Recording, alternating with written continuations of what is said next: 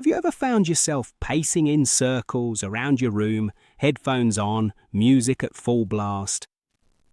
Your body's there, within four walls, but your mind is miles away. In your head, it's not you. You're a better version of yourself. You're famous, a hero, saving the day. Or you're winning that argument with someone who hurt you years ago. In your mind, everything is perfect.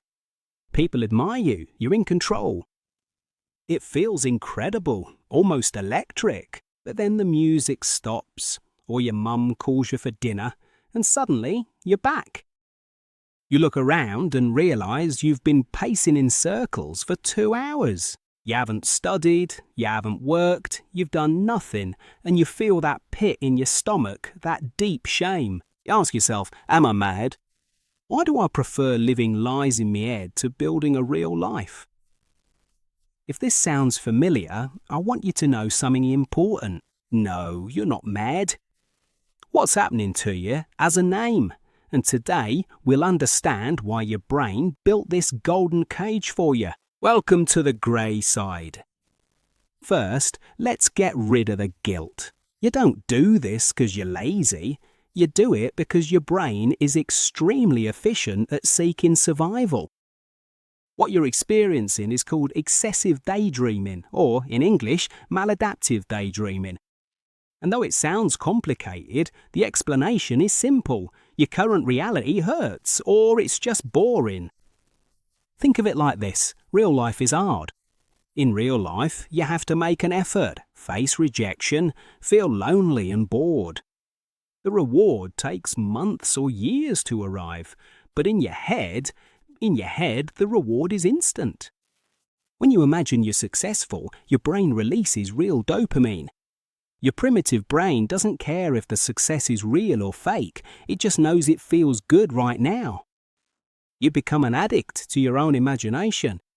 You've created a video game with all the cheats enabled, so you don't have to play reality's hard level.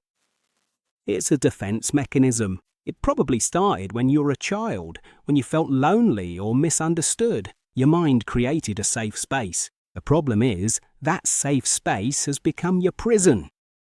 This is where it gets dangerous.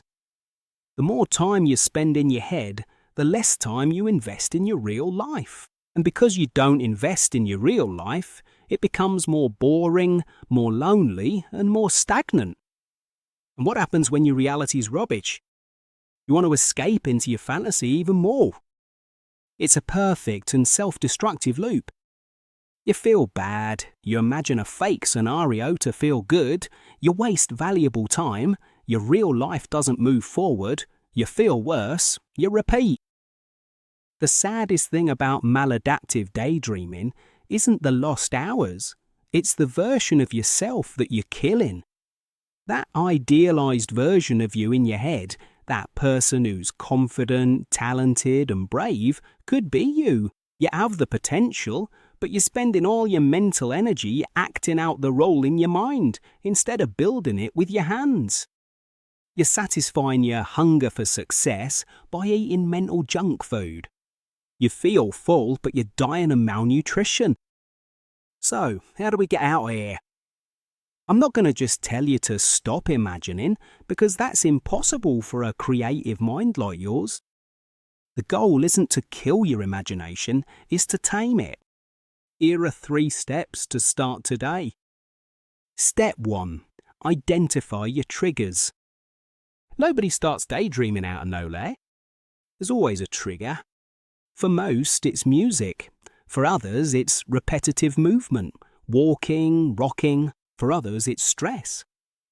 Over the next 3 days, your only mission is to notice, I'm about to enter the loop. If music is your drug, stop using headphones for a week. Yes, it'll hurt, but you need to detox.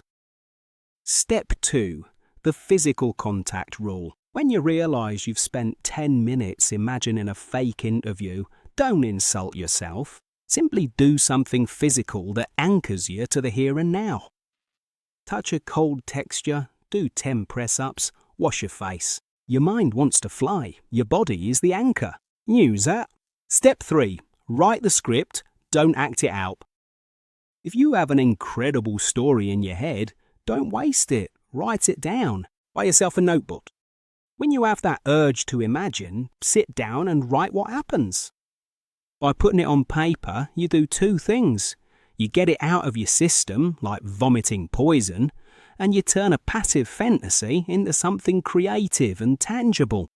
Listen, having a rich and complex mind is a gift. It means you're creative, you're sensitive, and you have hope that things can be better. But the real world needs you, not your ghost. That incredible version of you living in your head is waiting for you to bring it to reality. It's going to be hard, it's going to be slow, and at first it'll be much less exciting than the fantasy, but it'll be real. And a gram of real happiness is worth more than a ton of imaginary happiness. If you found yourself relating to this, give this video a like so we know that we're not alone in this. And if you want to understand why your mind does what it does, subscribe to El Lardo Gris. Stop imagining your life and start living it. I'll see you in the next video.